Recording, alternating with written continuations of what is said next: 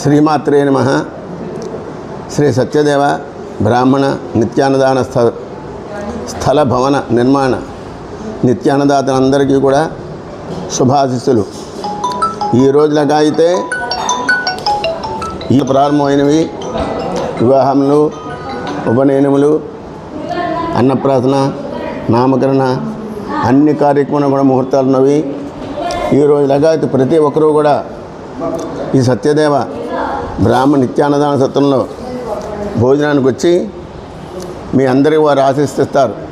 అన్నదాత సుఖీభవ అంటే వారు చేసిన ఫలితంలో వారు వ్రతం చేసుకున్నా, వివాహం చేసుకున్నా, ఉపనయనం చేసుకున్నా, అక్షాపం చేసినా, స్వామివారి కళ్యాణాలు ఏం చేసినా సరే ఈ ఫలితం అంతా కూడా వాడు అన్నదాత సుఖీభవ అంటారు. అంటే ఈ యొక్క సుకృతాన్ని మీరు పంచుకుంటారు.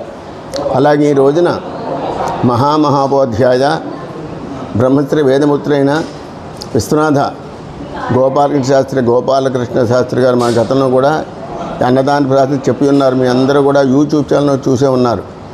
అటువంటి మహనీయులు వాడు వచ్చారు, ఆయనకి సన్మానం చేసాం. అది కూడా చూసి సరించండి. ప్రతి ఒక్కరూ కూడా ఈ సత్యదేవ బ్రాహ్మణ నిత్యాన్నదాన స్థల భవన నిర్మాణ నిత్యాన్నదాన అందరూ కూడా మీ శక్తిని అనుసరించి ఈ సత్రం యూట్యూబ్ ఛానల్ పెట్టిన కారణంగా అధిక సంఖ్యలో భక్తులు వచ్చుతున్నారు. అందువల్ల శక్తిని మించే ఖర్చు అవుతున్నది. అందువల్ల ప్రతి ఒక్కరూ మీ శక్తిని అనుసరించి తగినటువంటి ఆర్థిక సహాయం చేయవలసిందిగాను, ఈ సుకృతాన్ని పంచుకోవలసిందిగాను బలవంతమేమీ లేదు.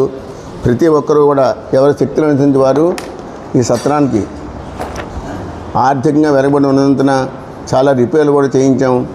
అందువల్ల ఈ సత్రం రిపేర్ కూడా చేసిన వలన కొంచెం ఎదర స్థలం కూడా కొని, తూర్పు భాగంలో స్థలం కొని ఒక రెండు స్థలం పుచ్చుకున్నాను.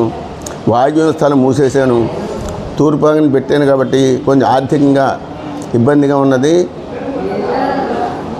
ఈ బైలాలో అధ్యక్షుడు వారు దీన్ని మించిన ఎంత ఖర్చు పెట్టినా వడ్డీ లేని పరిస్థితినే తీసుకువచ్చి నిత్యాన్నదానం జరపాలి.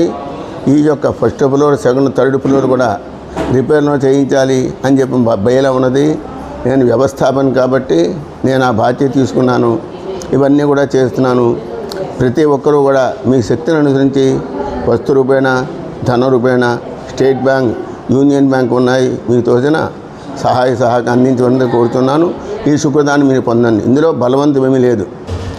రోచనో రోచమాన శోభన శోభమాన కళ్యాణ శతమానం భవతి శతాయు పురుష శతేంద్రియ ఆయుష్కేవేంద్రియే